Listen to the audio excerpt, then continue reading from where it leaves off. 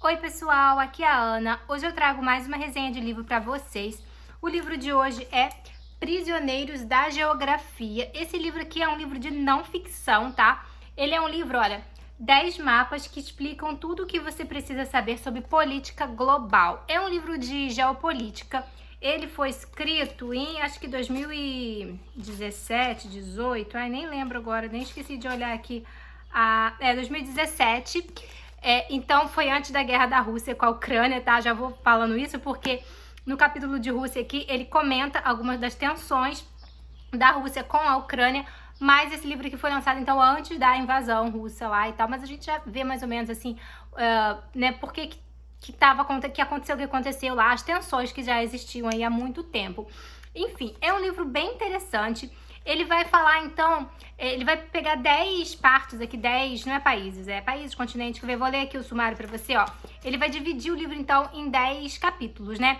Então, ó, Rússia, China, Estados Unidos, Europa Ocidental, África, Oriente Médio, Índia e Paquistão, Coreia e Japão, América Latina e Ártico. Então, são 10 capítulos e cada capítulo, então, ele vai falar sobre esses locais que eu falei pra vocês, do ponto de vista da geografia e como que a geografia mesmo, os mares, as montanhas, enfim, como que a geografia de cada local influencia no sucesso ou no fracasso daquele país ou daquela região. É um livro bem interessante. Ele não é escrito assim de uma forma que, por exemplo, eu não entendo quase nada de geopolítica, assim, sabe? Eu tenho um interessezinho sobre essas coisas, mas assim, nunca li nada muito aprofundado sobre o assunto, nunca estudei muito sobre o assunto e eu consegui entender bastante coisa aqui. Então não é um livro fácil de ser entendido até para quem não, pessoas leigas assim, são pessoas apenas curiosas, né? Não são pessoas não estão estudando aquilo dali, é só mera curiosidade mesmo. Vou comentar algumas coisas assim que eu achei interessante. Óbvio que eu não vou falar sobre as 10 regiões aqui, porque senão esse vídeo ficaria enorme, seria um longa-metragem, né? Mas vou comentar algumas coisinhas assim. Por exemplo, aqui no caso do primeiro capítulo que ele traz, e ele sempre traz o mapa antes, tá, gente? No início de cada capítulo, ó, no caso aqui, Rússia, aí às vezes tem mapa no meio também, tá? Mas no iniciozinho aqui tem um mapa aqui mostrando onde que tá a Rússia. Eu até peguei um atlas da Turma da Mônica aqui pra ajudar, pra falar, porque esse aqui é colorido, né, gente? Tem aqui o mapa mundi, ó, pra mostrar algumas coisas pra vocês. Mas, enfim, então, a Rússia, ela é um país gigantesco. Ela é o maior país do planeta, né? Ela é enorme, ela pega até metade. Deixa eu mostrar aqui no mapa mundi da Mônica, porque aquele aí não é colorido, né? Então, ó, aqui o mapa mundi. Aqui, ó, a Rússia é isso aqui, ó, tá vendo? Esse verde aqui, ó. Ela pega, então, metade da Europa e metade da Ásia. Uma parte dela tá na Europa, outra parte dela tá na Ásia. Ela é gigantesca. Só que apesar desse tamanho gigantesco, ela não é tão povoada assim. Quer dizer, tem muitos outros países que são bem menores, mas tem uma população muito maior. Porque boa parte da Rússia ali é gelo. Aquela parte de cima ali, ó, essa parte de cima aqui, ó, é um grande deserto gelado, é muito gelo, é gelo, só tem gelo, tem nada, não tem como você morar ali, não tem população, não tem, é gelo. A Rússia tem alguns problemas, assim, geograficamente falando, né, que atrapalham ali o sucesso do país. 2 problemas, assim, muito interessantes na Rússia. Primeiro, ela tem muitas fronteiras com muitos países, olha aqui, ó. Tá vendo aqui? Isso aqui é tudo fronteira. Tem vários países, ó. Ela é fronteira aqui, fronteira aqui, fronteira aqui. Aqui tem um monte de paizinho, ó. Não sei se tá dando pra ver. Ela faz fronteira com muitos países. E ela é um país, a Rússia, que ela é muito plana. Ela não tem grandes montanhas, ela não tem florestas ali, porque bem ou mal, essas partes de geografia, montanhas, relevos, mares e tal, muitos servem de também uma barreira para as pessoas entrarem. Tanto invasão, tipo no caso de uma guerra, assim, um país que principalmente no passado, né, aquelas coisas de invasão, vamos invadir o território, vamos tomar o território e tal, até por questões também de imigração. Quando você tem um país, por exemplo, ali a China, que tem aquela parte do Himalaia, que é uma cordilheira gigantesca, quer dizer, aquilo ali já é uma barreira natural para você entrar no país ali, por aquilo ali. Não dá. Como é que um exército vai entrar no país tendo que escalar o Himalaia inteirinho e depois descer do outro lado? Tipo, não é uma pessoa, é um exército carregando armas, carregando equipamento. Não tem como você invadir atravessando pelo Himalaia. Você tem que subir e depois descer, e sabe? Ou aqui também no Brasil, não, na América do Sul também, aqui no No Chile, né, no Peru, ali tem aquelas cordilheiras gigantescas também, que são paredões de pedra. Então também esse tipo de formação assim geográfica, geológica, funciona como uma barreira. Quando você tem um país assim que tem essas formações, essas cordilheiras, essas barreiras assim, já serve como uma proteção, tanto para exército, para galera tentando invadir, também para imigrantes ilegais que estão tentando entrar ali, ou desertos também, área de deserto, ou até florestas mesmo. Imagina alguém tentando invadir o Brasil, tendo que atravessar a floresta amazônica inteira até chegar aqui, sabe? Tipo assim, tô falando de alguém, tô falando de uma pessoa. Imagina um exército, galera, um exército com tanque, com equipamento, com mantimento, com arma, com tudo, tendo que passar pela floresta inteira. Não tem como, sabe? Então, essas formações, assim, da própria geografia, já formam barreiras. Nesse caso aqui da Rússia, não tem. A Rússia é um negócio reto, assim, tipo, então é muito fácil tu entrar, tu sair, sabe? Óbvio que tu pensar, mas quem é que vai querer atacar a Rússia? Porque a Rússia tem um arsenal nuclear e tal, mas assim, pensando, né, no passado e tal, enfim, até a gente tá vendo aí, né, a questão com a Ucrânia. Então, ela tem muitos países, ela faz fronteira com muitos países, ela não tem uma barreira geográfica, então é fácil ela não tem como botar exército em toda a sua barreira, porque é muito grande. Gente, a Rússia pega, como eu falei, ela pega a Ásia e a Europa. É um negócio gigantesco, não tem como você ter militar, você ter exército, no caso, para ficar patrulhando a fronteira inteira. Não tem, é impossível, não tem gente suficiente, não tem exército suficiente para patrulhar aquilo ali, porque é muito grande, sabe? Então, assim, esse é um dos pontos, assim, da Rússia. Outra coisa que é muito interessante para qualquer país do mundo ter sucesso, é importantíssimo você ter acesso ao mar, você ter acesso ao oceano. Você, país aqui, tem um acesso aqui, no caso, o Brasilzinho aqui, ó, a gente faz aqui, tem aqui o Oceano Atlântico, né? Os Estados Unidos tem uma coisa que é muito interessante, que talvez explique porque eles são um dos fatores, não só isso, mas assim, que explique por que eles são essa grande potência que eles são. Os Estados Unidos, olha eles aqui de amarelinho, eles têm fronteira aqui com os dois grandes oceanos, tá vendo? Eles têm fronteira pra cá com o Pacífico e pra cá com o Atlântico. Então, ó, dos dois lados. A gente não tem. Brasil, a gente só tem aqui com o Atlântico, tá vendo? Porque aqui é esses outros paizinhos aqui da América. É a Bolívia, Peru, Chile. A gente não tem saída pro Pacífico. Então, até tentando, tem um projeto aí que tá em andamento aí, que eles estão tentando criar uma estrada, acho que é de ferro, uma linha férrea, né, pra passar trem, por aqui, ó, pelo Chile, o Brasil, tá? Eles vão tentar passar aqui pela Bolívia, depois passa aqui, acho que pelo Chile, sim, e sai aqui no Pacífico. Então, estão tentando fazer isso já há muitos anos, eu acho que tá em andamento alguma parte aí, mas é complicado, envolve mais de um país, aí muda governo e tal, é aquela coisa toda. Mas eles querem, esse é um dos grandes projetos aí que o Brasil tem nessa questão geopolítica, que é ter um caminho para o Oceano Pacífico, porque quando você tem um caminho para o Oceano Pacífico, ajudaria muito na questão de exportação, importação de alimentos e de suprimir de tudo, gente, de transporta mercadorias, tá? Como aqui, como eu falei, ó, isso é uma grande vantagem da geografia dos Estados Unidos. Eles têm caminho para cá e para lá. Eles têm caminho com os dois grandes oceanos. Isso é importantíssimo, porque tudo que você vai exportar ou importar, todo tipo de mercadoria, até petróleo, gás e grãos, enfim, gente, tudo que você vai transportar para outros países ou vai importar é pelo mar que vai, porque assim, por exemplo, para você transportar alguma coisa para a Europa, para a Ásia, a gente aqui do Brasil, para a gente levar alguma coisa para a Europa, para a Ásia, enfim, para lá, só tem dois jeitos, ou você tem que ir pelo mar ou pelo ar, né, ou de avião voando ou de navio, porque não dá para você ir para a Europa de carro, de trem, não tem um oceano. Como é que você vai atravessar o oceano? A única forma de você atravessar o oceano é ou você vai voando, né, de avião, ou você vai de navio pelo mar. E quando você tá falando em transportar grandes toneladas de qualquer coisa, de grãos, de petróleo, barris de petróleo, de algodão, enfim, quando você precisa transportar qualquer coisa em uma quantidade gigantesca, e de avião não dá certo, né? O avião, ele tem uma capacidade menor para transporte e é muito mais caro. Então, o jeito é o quê? Você ir de navio. Esses transportes dessas mercadorias feitas de navio vão ser feitas pelo mar. Por isso é tão importante que os países que mais se desenvolvem são aqueles que têm essa costa direto com o oceano, porque imagina um país que não tem essa costa, ele precisa meio que da permissão dos outros. Imagina assim, vamos imaginar um cenário bem interessante. Imagina que você mora numa casa e que você não tem acesso pra rua, tipo, até a sua casa, aí na frente é a casa do seu vizinho, do lado é um vizinho, atrás é um vizinho, do outro é um vizinho, a sua casa tá no meio, você não tem como acesso direto pra rua. Pra você chegar na rua, você precisa passar por dentro da casa do seu vizinho. Aí você faz compras aí nas Amazons da vida, o carteiro chega, aí o carteiro tem que bater lá na casa do seu vizinho, oi, tudo bem? Posso ir lá entregar a mercadoria? Aí ele tem que deixar, o carteiro então entra por dentro da casa do seu vizinho, aí chega na sua casa e te entrega a mercadoria. Porque você não tem acesso direto pra rua. As pessoas não conseguem chegar na sua casa direto ali, eles precisam passar por dentro da casa do seu vizinho.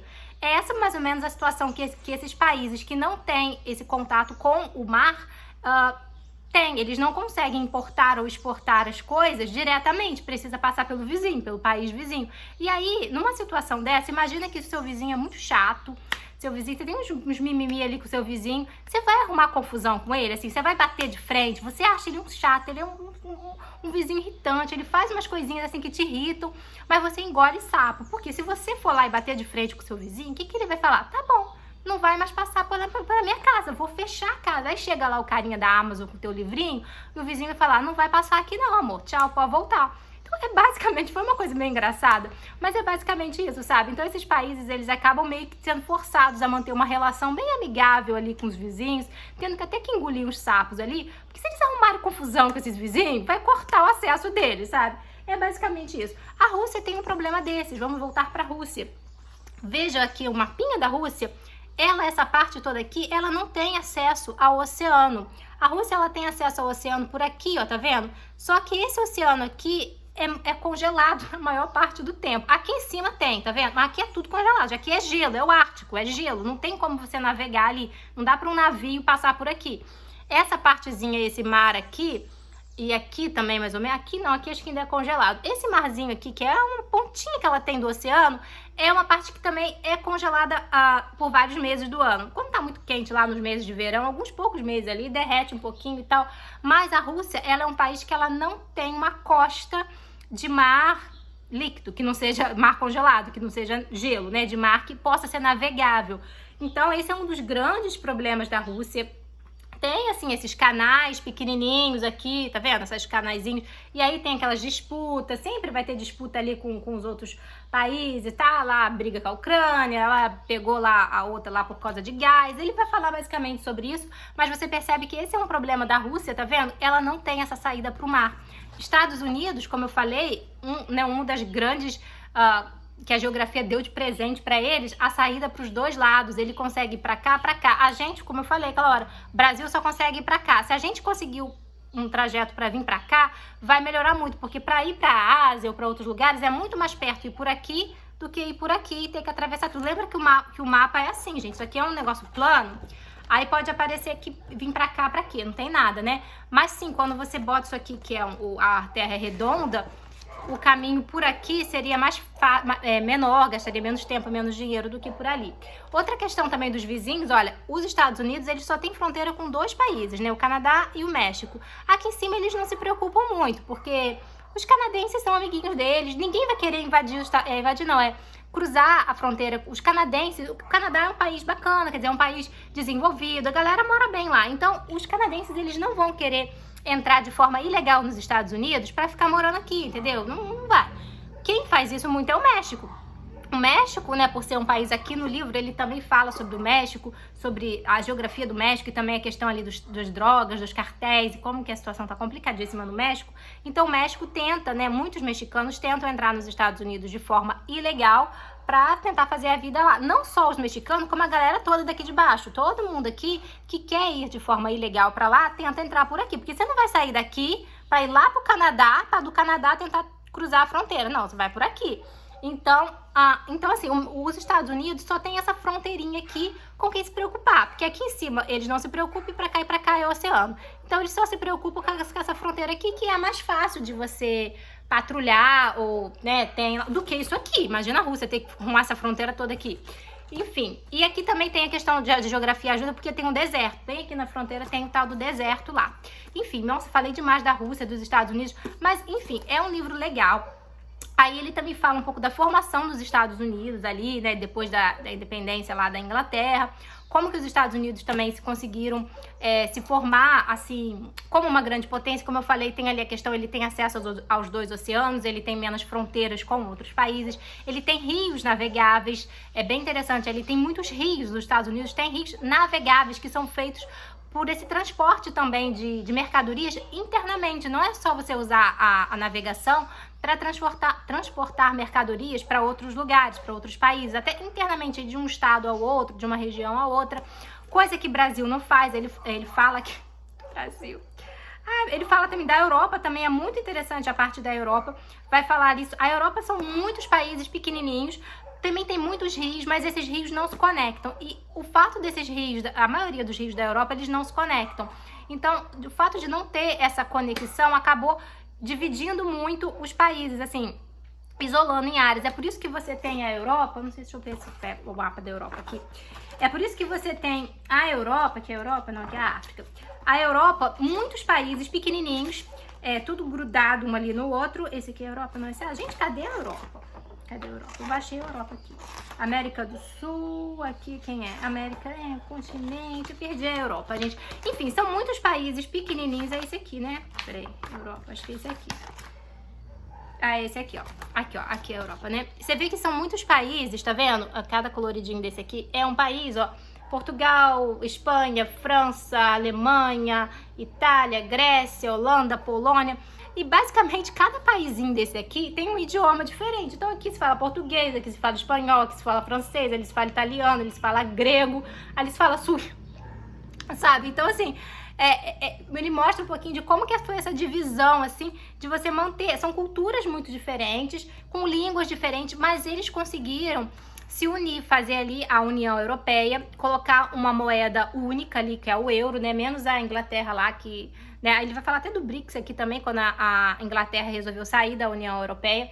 Mas, enfim, o fato deles formarem aqui uma unidade, cada um tem o seu idioma e tal, mas eles conseguiram formar uma moeda única e também um sistema de político, assim, basicamente único. Óbvio que não é único, cada um tem seu presidente e tal, mas, assim, a estrutura toda é muito unida. Eles são muito unidos, assim, unidos entre aspas, mas assim, a União Europeia, né, é mais unidinha lá. Tanto que na parte da América do Sul, ele fala como que os países ali da América do Sul até criaram até um negócio ali para tentar se unir ali, formar tipo uma União Europeia, só que aqui na América do Sul, mas que ele acha que não vai dar certo não, porque não rola, né? É muito interessante. Do Brasil, então, ele fala da questão do Brasil. A gente é um país, deixa eu ver se eu... Olha só que interessante, ele é meio crítico com o Brasil, cristão. O Brasil ocupa 1/3 do território da América do Sul.